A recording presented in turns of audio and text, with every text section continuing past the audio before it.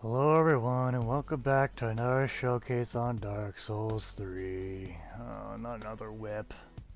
Cause you know, the first two went so wonderfully. You can't tell. I don't like the whips. But seriously, these weapons have been rather poor. Some of the worst weapons in the game so far, is what I've seen. Low damage, low attack speed, and no real specials, can't backstab. Oh, the list goes on. But anyway, today's item is the witch's locks. So turning hair into a whip. This already sounds like a bad idea. Ugh. Not much how greasy it would be. You know, witches, they don't bathe. Ugh, gross. Fucking gross! Anyway, description reads, as it's too damn long to zoom out. Whip fashioned from the black hair of a daughter of the witch Izalith, creator of the flame of chaos. The long, shining locks woven together create a whip imbued with the essence of fire, which can be channeled through the use of this skill, which they mean is the fire whip skill. Temporarily coat the whip in fire and the self-same fire that was consumed the witch herself, it is said.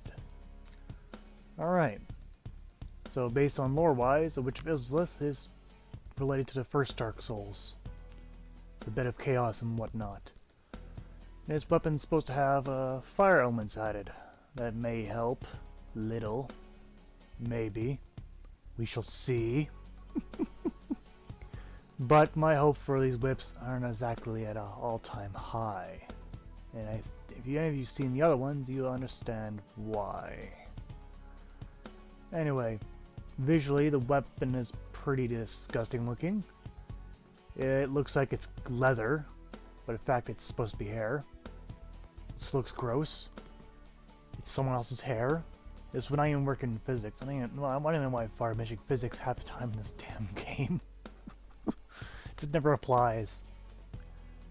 But overall, it looks like any other whip, to be honest, except for the large ball of hair towards the handle point. And that's pretty much only distinction between any of them, other than the notched whip has spikes, but that's different. For the stats of the weapon, we can see we have both fire and physical damage. So this is a bit different. We actually have quite a bit of damage here, to be honest.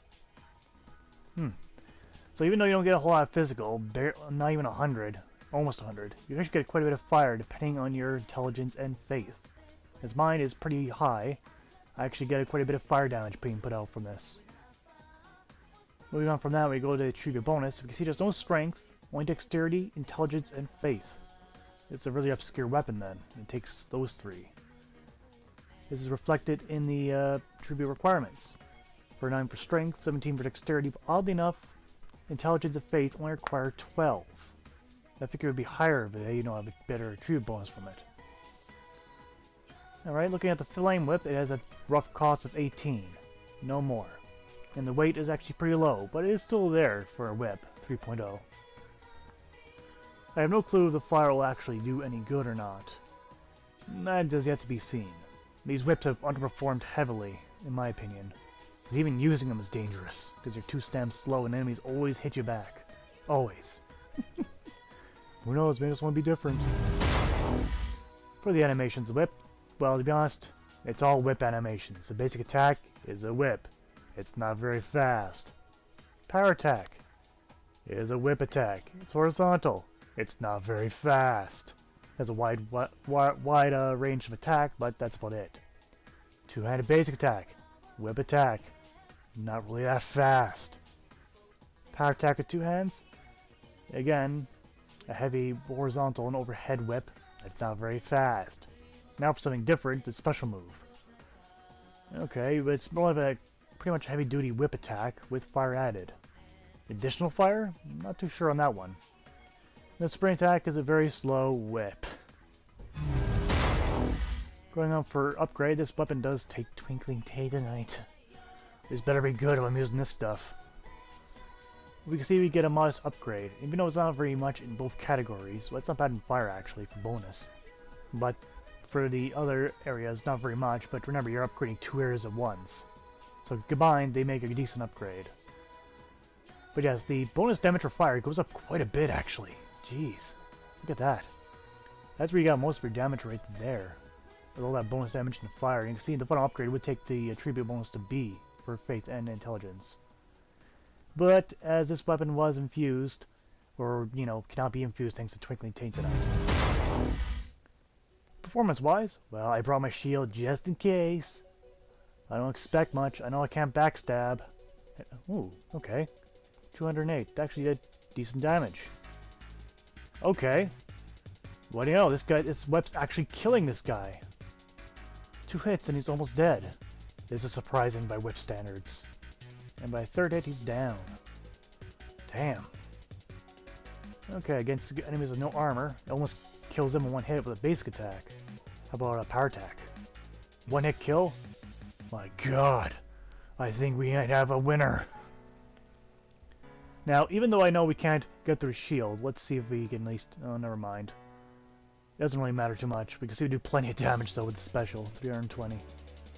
That's plenty of damage from a whip standard.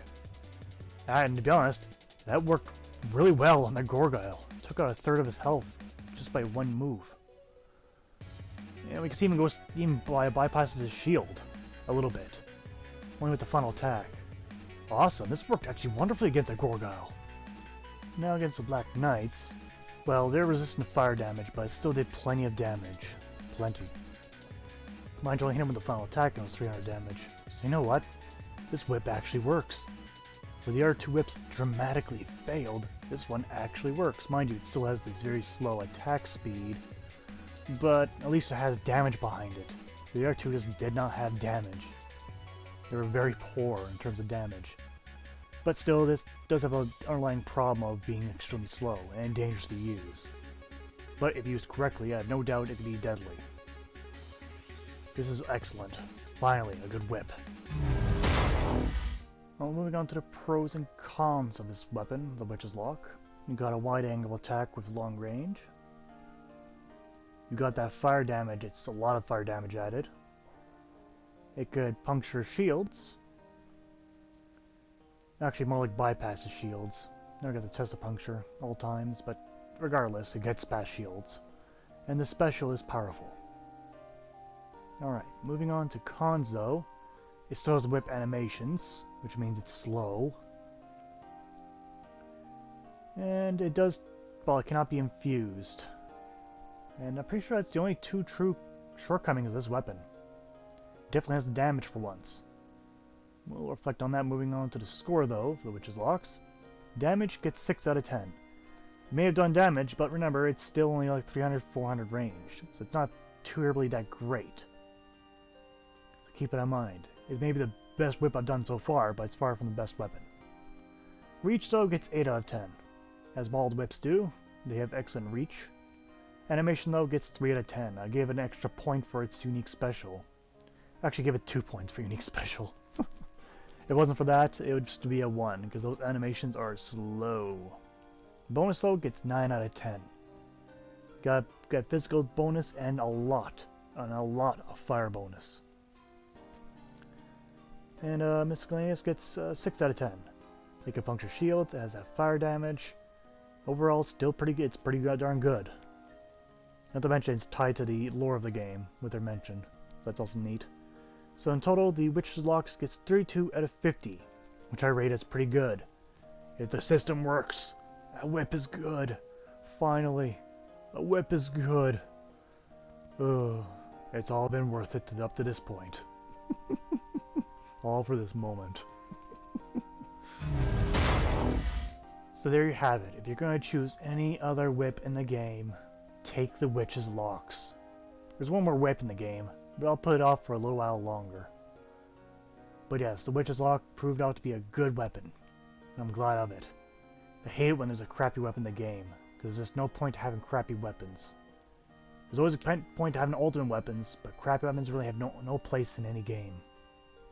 They serve no true purpose. Maybe as a beginner tool, but nothing more. Luckily, this whip is not the case. It's excellent. At least that's in my opinion.